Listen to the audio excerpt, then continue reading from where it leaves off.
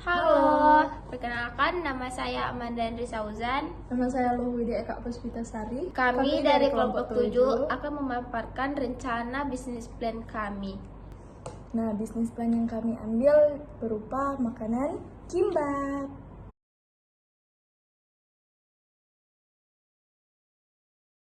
Nah, nama bisnis ini kami namai dengan nama Kimbap Jo. Nah, apa sih kimbap itu?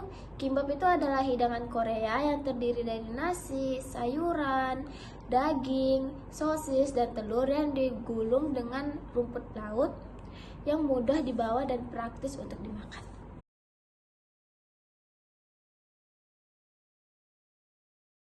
Nah, apa sih keistimewaan kimbap Jo?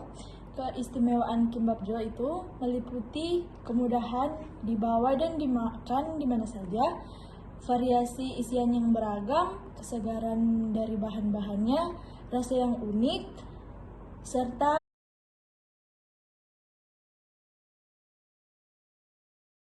Nah, selanjutnya kami akan bahas tentang analisis SWOT. Yang pertama tentang kekuatan. Pertama, kecintaan terhadap Korean food. Mahasiswa tertarik dengan budaya Korea dikarenakan sering menonton drakor, mengikuti K-pop, pokoknya budaya-budaya yang di Korea. Yang kedua, bahan mudah ditemukan. Nah, untuk pembuatan kimbap ini bahan mudah ditemukan di supermarket. Nah, selanjutnya itu kelemahan. Kelemahan yang pertama yang kami ambil itu mahasiswa itu kesulitan dalam mencari waktu. Jadi karena mungkin kami mahasiswa, jadi jamnya itu bertabrakan dengan tugas-tugas kuliah. Nah, yang kedua itu masalah finansial. Karena kami mahasiswa, jadi kami masih ada keterbatasan dalam keuangan. Selanjutnya peluang. Pertama, kemajuan teknologi yang dimana mahasiswa sekarang dan anak-anak zaman sekarang itu sering memakai medsos dan juga platform online untuk memasarkan produk mereka. Lalu kedua, kemitraan dengan kafe yang dimana kita dapat berkolaborasi dengan kafe-kafe untuk mempromosikan produk kimbap kami. Selanjutnya ancaman. Pertama, persaingan yang ketat, yang dimana zaman sekarang juga sudah banyak bisnis makanan Korea yang sangat tinggi membuat kami sulit untuk bersaing. Lalu kedua, yang dimana selera konsumen itu dapat berubah-ubah dengan cepat dan mungkin muncul tren baru yang menggeserkan popularitas dari makanan.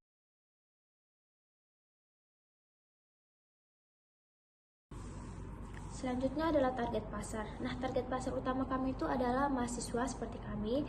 Nah, kami akan menjual di area sekitaran kampus. Selanjutnya itu ada penggemar makanan Korea. Nah, kalangan anak muda sekarang kan udah nggak asing dengan yang namanya kimbap. Selanjutnya itu ada seperti bazar di sekitaran kampus atau dimanapun itu. Nah, nanti di bazar situ kami akan memperkenalkan produk kami dengan memberikan tester dan juga memberikan mereka seperti poin untuk pembelian pertama, diskon maksudnya.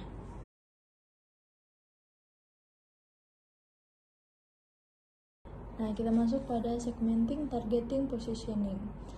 Pertama, kami akan membahas segmenting, yang dimana segmenting ini merupakan proses mengklarifikasi pasar ke dalam kelompok-kelompok yang lebih kecil berdasarkan kebutuhan produk yang berbeda atau kombinasi pemasaran yang terpisah. Nah, dalam segmenting ini terdapat demografi, psikografi, geografi, dan perilaku. Kita masuk ke demografi yang dimana terdiri dari usia, berupa mahasiswa berusia 18 tahun sampai 25 tahun. Lalu selanjutnya status pendidikan, yaitu mahasiswa sarjana ataupun pasca sarjana. Lalu yang ketiga, lokasi, yang dimana mahasiswa itu tinggal di asrama kampus atau di luar kampus. Kedua, psikografi, yang terdiri dari gaya hidup. Nah, mahasiswa dapat mencari makanan cepat dan murah. Lalu kedua, preferensi makanan, yang ingin makanan enak, praktis, dan terjangkau. Yang ketiga, keterlibatan dalam kegiatan kampus. Nah, mahasiswa itu sering sibuk dengan aktivitas kampus yang dimana mereka membutuhkan cemilan yang praktis. Ketiga, geografi, yang dimana terdiri dari lokasi kampus, berdasarkan lokasi kampus yang berbeda-beda. Lalu yang kedua, daerah sekitaran kampus, yang dimana mahasiswa tinggal di dekat kampus untuk menjadi target utama. Dan yang terakhir, perilaku, yang terdiri dari frekuensi pembelian, yang dimana kadang-kadang mahasiswa itu kadang-kadang sering membeli cemilan sebagai pengganti makanan.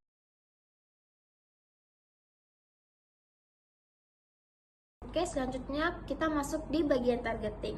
Nah, yang pertama itu ada media sosial. Kami menggunakan media sosial seperti platform WhatsApp, forum jual beli yang ada di Facebook, TikTok juga, begitu juga dengan Instagram dan platform lainnya. Selanjutnya, kami juga berkolaborasi dengan para influencer untuk memperkenalkan lebih dalam produk kami kepada orang lain. Ini adalah promosi khusus mahasiswa, yang dimana mahasiswa akan mendapatkan pengurangan harga atau bisa dibilang diskon saat menunjukkan kartu mahasiswanya. Nah, selanjutnya ada berpartisipasi dalam acara kampus, yang dimana kami akan memperkenalkan produk kami secara langsung.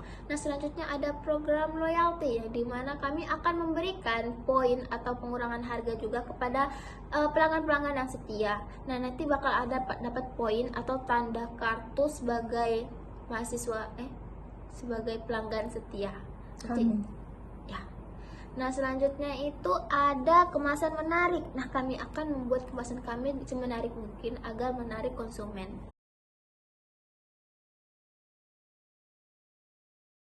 Selanjutnya, positioning. Yang pertama, kimbab yang terjangkau dan berkualitas, yang dimana kualitas para kimbab kami ini baik namun tetap terjangkau untuk mahasiswa. Nah, ini akan menarik bagi mahasiswa yang mencari makanan yang enak namun tidak ingin menguras dompet mereka. Lalu kedua, pilihan variasi menu, yang dimana kami menawarkan berbagai pilihan isi kimbab yang sesuai dengan selera dan preferensi pelanggan. Ini juga akan menarik bagi mahasiswa yang ingin memiliki opsi untuk memilih sesuai dengan keinginan mereka. Lalu ketiga, kimbab sehat dan bergizi, yang dimana kami memfokuskan pada bahan-bahan yang segar dan sehat yang digunakan dalam proses pembuatan kimbab.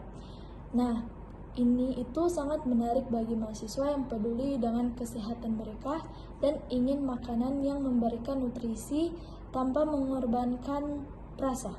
Lalu yang terakhir, kimbab cepat saji dan praktis, yang dimana kami memberikan kenyamanan dan kecepatan layanan, cocok untuk gaya hidup mahasiswa yang sibuk.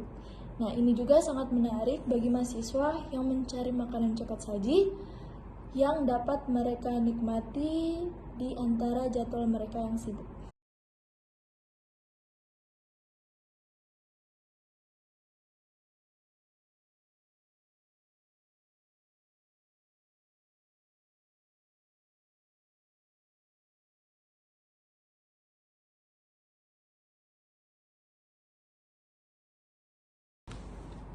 Baik, selanjutnya adalah aspek produksi. Nah, kegiatan awal produksi ini adalah kami tuh mulai mengembangkan ide untuk kedepannya, serta juga kami terjun ke lapangan untuk mengetahui produk apa sih yang konsumen inginkan. Mungkin bisa request untuk produksi kimbab ini kira-kira mau tambahkan apa.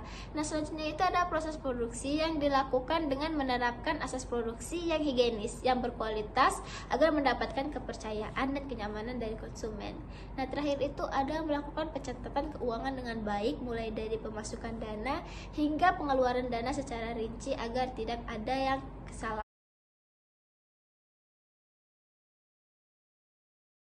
Nah, selanjutnya kita masuk pada aspek pemasaran, yang dimana ada namanya market plan. Nah, market plan ini terdiri dari analisa pasar, yang dimana sudah kami jelaskan tentang target pasar, lokasi, dan juga tren pasar.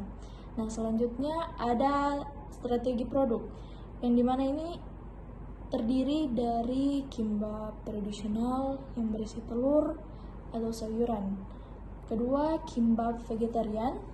Ketiga, kimbap fusion yang dikombinasikan dengan bahan baku lokal. Nah, selanjutnya kemasan yang menarik, praktis, dan ramah lingkungan. Nah, selanjutnya adalah strategi harga. Nah, kami akan memberikan harga yang terbaik yang mungkin bisa masih bisa dimaklumi kepada mahasiswa. Ya, intinya harga terjangkau. Nah, selanjutnya itu ada diskon dan promosi. Kami akan memberikan paket hemat untuk pembelian pertama, juga pelanggan setia seperti tadi kami bilang akan mendapatkan kartu poin. Nah, selanjutnya itu ada strategi distribusi, yang dimana lokasi penjualan kami menjual gerai di lokasi strategi, juga kami juga membuka layanan pengiriman online seperti GoFood, Gojek, Shopee Food. Selanjutnya promosi. Nah, promosi ini kami menggunakan media sosial, yang dimana kami menggunakan Instagram, Facebook, serta TikTok untuk mempromosikan produk dengan konten yang semenarik mungkin. Lalu yang kedua, influencer marketing. Nah, kami mengajak influencer untuk mencicipi atau untuk mereview makanan kimbap kami. Nah, selanjutnya ada event and bazaar. Nah, ini kami mau berpartisipasi dalam acara kuliner dan bazar untuk meningkatkan brand kami.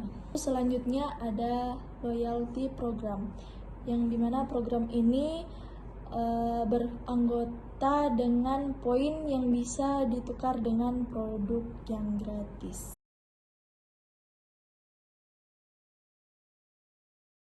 Selanjutnya kita masuk pada marketing mix 4P, yang dimana di dalamnya termasuk produk, price, place, dan promotion. Nah, pertama-tama kita masuk pada produk. Nah, pertama kualitas. Kami menggunakan bahan-bahan yang segar dan berkualitas tinggi untuk menjaga cita rasa dan juga menjaga kesehatan para pelanggan.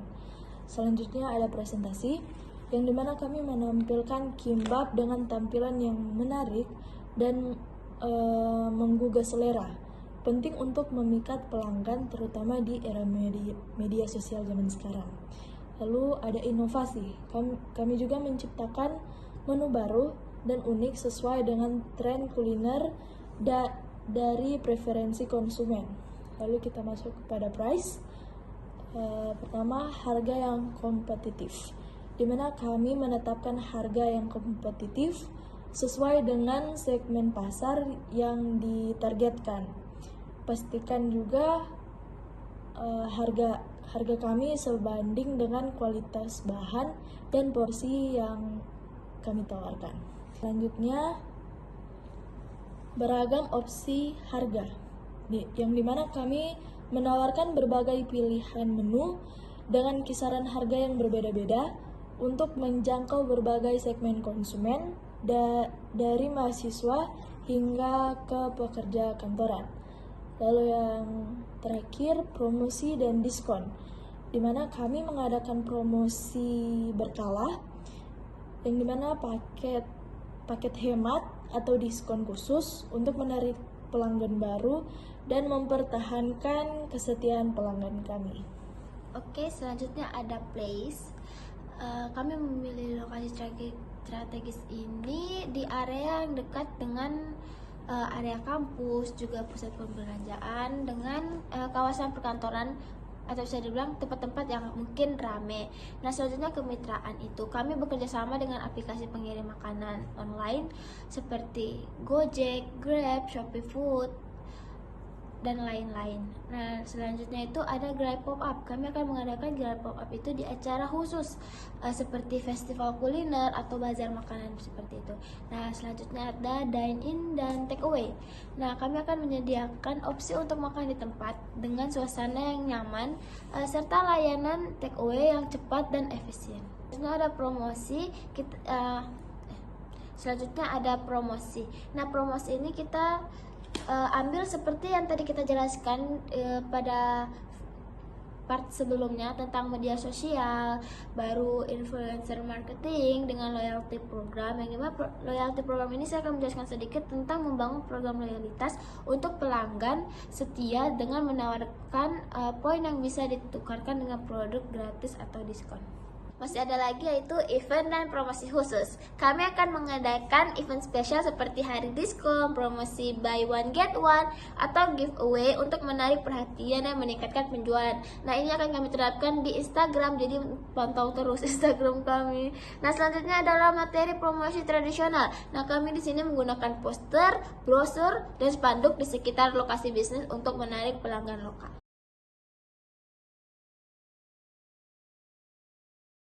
Kita masuk pada aspek SDM atau sumber daya manusia. Nah, dalam bisnis kimbap ini sangat penting karena SDM ini merupakan faktor yang mempengaruhi kinerja dan keberhasilan suatu bisnis. Nah, SDM ini juga sangat baik untuk membantu kita dalam melaksanakan fungsi atau tanggung jawab yang diperlukan sehingga dapat menjamin kualitas dan efisien dalam suatu proses produksi, pemasaran, dan pengelolaan keuangan. Nah, selanjutnya kami masuk pada tabel tenaga kerja langsung dan tenaga kerja.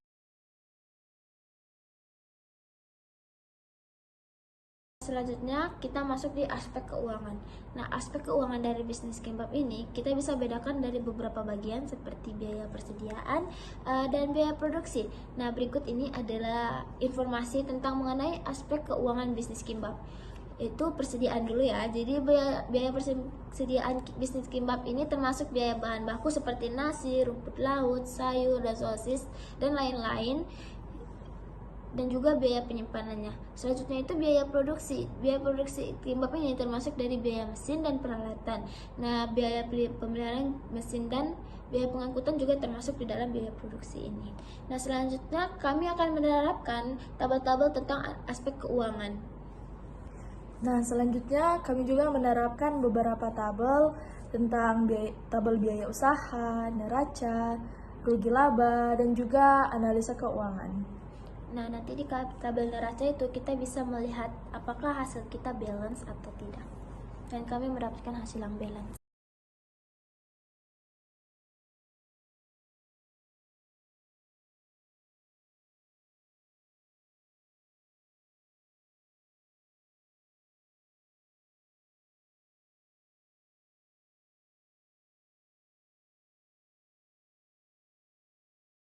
Itulah hasil dari pemaparan kami pada hari ini. Kurang lebihnya kami mohon maaf. Sampai jumpa di tugas video berikutnya. Dadah!